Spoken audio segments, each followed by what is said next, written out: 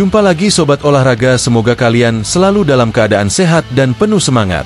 Hari ini kita punya kabar terbaru seputar Timnas Indonesia yang sayang banget kalau dilewatkan. Berikut berita lengkapnya. Gak dikasih jadi asisten pelatih. Indra Syafri dapat tawaran jabatan lain dari Erick Thohir. Tapi kok terlihat setengah hati? Dunia sepak bola geger. Pascal Struij diisukan bela Timnas Indonesia, media Cina panik. Kalau dia gabung, Garuda bisa hancurkan kami di kualifikasi Piala Dunia. Tapi sebelum kita masuk ke inti pembahasan, dukung dulu channel ini dengan menekan tombol subscribe. Dengan begitu, saya makin semangat menghadirkan berita-berita menarik untuk kalian. Indra Syafri kembali jadi sorotan publik sepak bola nasional. Sosok yang dulu begitu lekat dengan berbagai level Timnas usia muda Indonesia kini kembali terlihat di lingkaran strategis, meski statusnya masih abu-abu. Setelah sebelumnya dicopot dari jabatannya sebagai Direktur Teknik PSSI, serta tak lagi melatih tim U20, kini Indra disebut-sebut bakal mengisi peran baru yang belum sepenuhnya jelas arahnya. Apakah dia akan kembali ke bangku pelatih? Atau malah ditempatkan di balik meja untuk urusan strategi federasi? Kehadiran Indra dalam sejumlah kegiatan resmi, termasuk mendampingi pelatih anyar U23 Gerald van den Burg di beberapa laga Liga 1, makin menguatkan spekulasi bahwa dirinya akan kembali memegang peran penting. Namun, satu hal jadi pembeda, bukan sebagai asisten pelatih. Ya, meski sudah beberapa kali tampak duduk berdampingan dengan Van den Burg, bahkan menyaksikan langsung duel panas Persija kontra Persebaya dari Tribun Gelora Bung Karno pada 12 April lalu, kabarnya jabatan asisten pelatih tidak akan diberikan kepadanya. Erick Thohir secara tersirat menolak kemungkinan itu. Menurutnya, Indra memang masih aktif di kegiatan-kegiatan PSSI, namun perannya akan diarahkan ke hal yang lebih strategis. Dalam artian, bukan berada langsung di lapangan bersama Van den Burg. Penilaian itu tidak lepas dari pertimbangan bahwa pendekatan taktik Indra dinilai terlalu minim untuk mendampingi sosok seperti Van den Burg, yang datang dengan DNA sepak bola Belanda dan standar Eropa. Dalam internal PSSI sendiri, struktur organisasi sedang dalam fase penyusunan ulang. Erick dan jajarannya tampaknya berhati-hati dalam menempatkan sosok-sosok berpengaruh. Mereka tidak ingin gegabah, terutama karena kursi Direktur Teknik saat ini kosong sejak ditinggalkan Indra. Posisi ini menjadi perhatian utama dalam Kongres Biasa PSSI yang akan digelar 4 Juni 2025 mendatang. Di tengah masa transisi ini, banyak pihak bertanya-tanya, jika bukan jadi asisten pelatih, lalu apa sebenarnya rencana PSSI untuk Indra Syafri? Beberapa sumber menyebutkan, Indra bisa saja diplot sebagai penasihat teknis untuk proyek pembinaan jangka panjang, atau bahkan mengisi jabatan semi-administratif yang tetap menyentuh ranah sepak bola tanpa harus turun langsung ke sesi latihan. Sementara itu, skuad U23 Indonesia sedang berada di tengah padatnya agenda internasional. Mereka akan mengikuti Piala AFF U23 pada Juli mendatang, lalu bersiap menatap kualifikasi Piala Asia U23 yang akan berlangsung pada September. Kedua turnamen itu jadi tolok ukur penting, bukan hanya bagi tim, tapi juga bagi Van den Burg yang baru memulai karirnya di Indonesia. Dalam momen penting seperti ini, kehadiran figur berpengalaman seperti Indra sejatinya bisa memberi suntikan stabilitas. Namun tetap saja, publik masih bertanya-tanya, kalau memang dianggap berpengalaman dan punya pengaruh positif, kenapa tak dijadikan asisten pelatih sekalian? Disinilah mulai muncul analisa lebih dalam. Beberapa pengamat menilai bahwa secara filosofis, gaya bermain Indra yang cenderung konservatif dinilai tidak cocok untuk dipadukan dengan pola main modern ala Van den Burg. Daripada memaksakan dua kutub berbeda bersatu dalam satu ruang ganti, PSSI lebih memilih solusi kompromi. Tetap libatkan Indra, tapi di luar taktik lapangan. Sebagai tokoh yang sudah lama malang melintang di dunia sepak bola Indonesia, posisi Indra memang tidak bisa diabaikan begitu saja. Ia punya rekam jejak prestasi di level ASEAN, serta punya kedekatan emosional dengan banyak pemain muda yang kini tengah berkembang. Tapi di sisi lain, PSSI kini ingin mengangkat standar lebih tinggi, termasuk dengan menghadirkan pelatih-pelatih asing yang punya pengalaman internasional. Maka dari itu, alih-alih mencampurkan dua gaya secara langsung, peran Indra akan diarahkan sebagai pelengkap yang tidak tumpang tindih. Situasi ini membuat masa depan Indra di PSSI menjadi teka-teki menarik. Apakah ia akan puas hanya sebagai penasihat? Atau justru diam-diam tengah dipersiapkan untuk peran yang lebih besar ke depannya?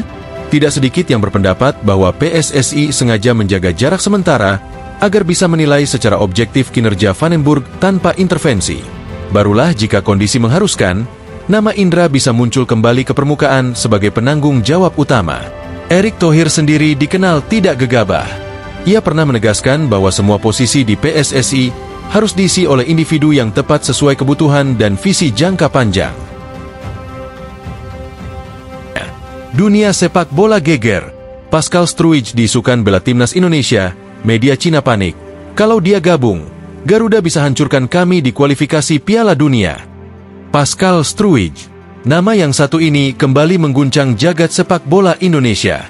Yang lebih mengejutkan, kehadiran Struijk bukan cuma bikin geger pecinta bola tanah air. Media asing pun mulai riuh. Salah satunya datang dari Cina, negara yang akan menjadi lawan Indonesia dalam lanjutan kualifikasi Piala Dunia 2026 zona Asia pada bulan Juni nanti. Mereka tak segan menunjukkan rasa khawatirnya. Pasalnya, jika Struijk resmi memperkuat timnas Indonesia, maka kekuatan lini belakang Garuda bisa melonjak drastis, bahkan dianggap bisa menjadi kunci untuk menyingkirkan Cina dari persaingan grup. Media Cina terang-terangan menyebut kehadiran pemain sekelas Struijk yang pernah mencicipi Premier League akan menjadi game changer untuk timnas Indonesia. Mereka tahu benar bahwa bek seperti Struijk bukan sembarang pemain. Fisiknya kuat, visinya tajam, dan kemampuannya dalam membaca permainan sangat mumpuni. Bila Indonesia memiliki pemain dengan kualitas seperti itu di jantung pertahanan, maka lawan-lawan akan berpikir dua kali sebelum melakukan serangan. Yang lebih menohok lagi, Pascal bukanlah nama asing dalam radar sepak bola internasional. Ia pernah dipanggil ke timnas Belgia dan juga masuk skuad muda Belanda. Dan sekarang, ketika peluang membela negara-negara kuat itu belum benar-benar tertutup, ia justru terlihat dekat dengan Indonesia. Banyak pihak menilai ini sebagai bukti bahwa Struijk memang punya ketertarikan emosional terhadap akar leluhurnya di Nusantara. Tentu saja, kabar ini langsung menyalakan semangat di kalangan supporter Indonesia. Sosok Struijk dianggap sebagai pelengkap yang sempurna untuk skuad Garuda yang kini sudah berisi nama-nama top seperti Jordi Amat, Sandy Walsh, hingga Elkan Bagot. Jika Pascal benar-benar bergabung, maka benteng pertahanan timnas akan menjadi salah satu yang paling solid di Asia Tenggara, bahkan berpotensi menyulitkan tim-tim besar Asia seperti Jepang dan Korea Selatan. Namun realitasnya tidak semudah itu. Proses naturalisasi bukanlah perkara sekejap mata. Ada sejumlah prosedur yang harus dilalui, mulai dari dokumen kependudukan, penyampaian ke DPR, sampai disetujui lewat keputusan Presiden. Setelah itu, masih ada proses perpindahan asosiasi di FIFA yang bisa memakan waktu berbulan-bulan. Artinya, meskipun harapan besar mulai tumbuh, realisasi jangka pendek tetaplah sulit. Hal ini sejalan dengan pernyataan Ketua Umum PSSI, Erick Thohir. Ia dengan tegas menyampaikan bahwa hingga bulan Juni mendatang, tidak akan ada penambahan pemain naturalisasi baru. Fokus utama timnas untuk laga penting ini adalah memaksimalkan kekuatan yang sudah tersedia. Artinya, meskipun Struijk datang ke stadion dan menunjukkan ketertarikan, kemungkinan ia bermain dalam waktu dekat masih sangat kecil. Namun bukan berarti semuanya berakhir. Justru kabar ini menjadi alarm positif bahwa semakin banyak pemain diaspora yang ingin kembali ke akar mereka. Indonesia kini mulai menjadi tujuan menarik, bukan sekadar tempat pelarian karir. Dengan perkembangan sepak bola nasional yang terus membaik, dan antusiasme masyarakat yang luar biasa, tak heran jika semakin banyak pemain seperti Pascal mulai melirik Garuda sebagai tempat mereka bersinar. Yang membuat media asing makin panik adalah potensi jangka panjang dari proses ini. Jika Struijk tak bisa bermain di bulan Juni, masih ada kemungkinan besar ia bisa tampil di babak lanjutan kualifikasi atau bahkan langsung di putaran final jika Indonesia lolos. Artinya, kekuatan timnas tidak hanya berhenti di sini, tapi terus berkembang dari waktu ke waktu. Cina, yang kini posisinya mulai terancam oleh performa konsisten Indonesia di fase kualifikasi, jelas tak ingin ada tambahan senjata mematikan di kubu lawan. Mereka tahu betul bahwa jika timnas Indonesia mendapat tambahan pemain sekelas Pascal, maka bukan tidak mungkin Garuda bisa menyapu bersih poin dalam 2 laga sisa dan lolos ke ronde berikutnya. Apalagi, Indonesia kini punya pelatih top sekelas Patrick Kluivert. Kombinasi pelatih Eropa berpengalaman dan pemain-pemain berkualitas dari dalam maupun luar negeri menjadi paket lengkap yang menakutkan.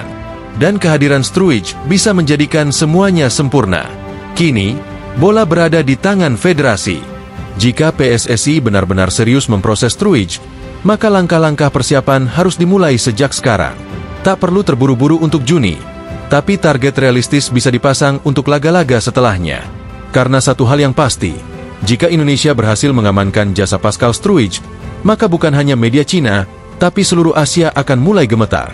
Garuda tak lagi dianggap remeh. Mereka siap menjadi kekuatan baru di kancah internasional. Nah, itulah pembahasan kita kali ini. Semoga bisa menambah wawasan dan memberikan informasi yang bermanfaat untuk kalian semua. Jangan lupa terus dukung channel ini dengan like, share, dan subscribe agar kami semakin semangat menghadirkan konten menarik lainnya. Sampai jumpa di video selanjutnya. Tetap semangat dan dukung terus sepak bola Indonesia. Terima kasih.